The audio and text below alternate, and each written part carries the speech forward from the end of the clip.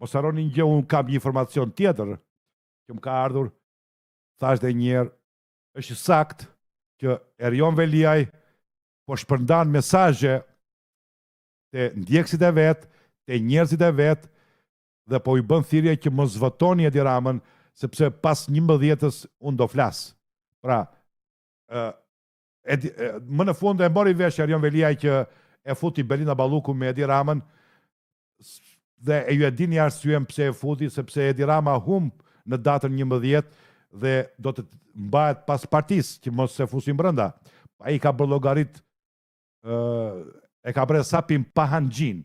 E kupton, jo parti të mbaj ai do vjen burg prap. Por problemi është se kur ka atë imunitetin politik që është kryetari një partie, mendon se do shmanget sa andej këteja.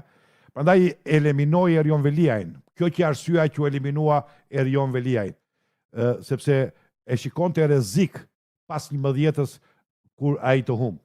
Pra,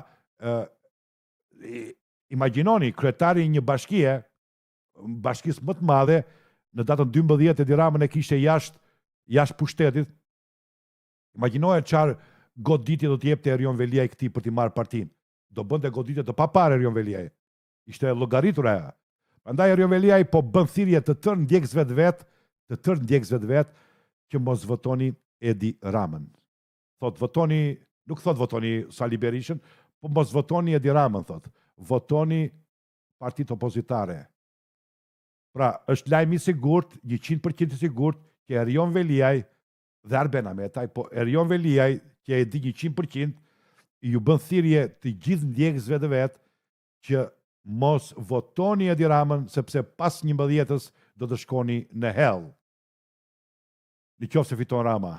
Dhe pas 11-s, Erion Veliaj do të flas. Do të tregoj gjithë historinë e inceneratorëve, në qoftë se Rama rrëzohet.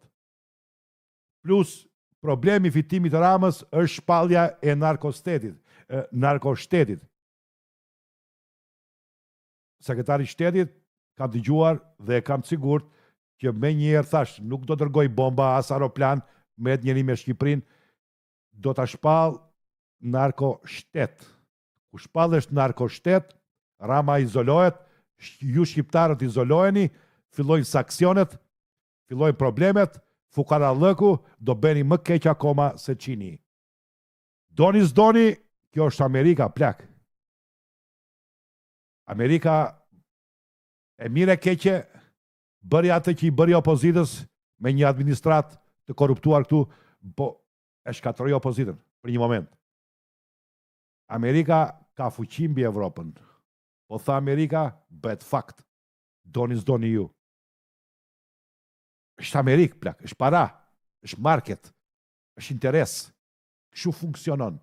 Qofse ju doni të bëni krau i Amerikës, Amerikë fitoi e djatha, ju duhet të votoni të djathën. E djatha u dënua për 12 vjet në Shqipëri, dënimi mbaroi. 12 vjet se bëri rrugën e kombit, se e futi Shqipërinë në NATO, oqi vizat, edhe bëri shumë gjëra të mira të tjera, ju e dënuat me 12 vjet. Okej.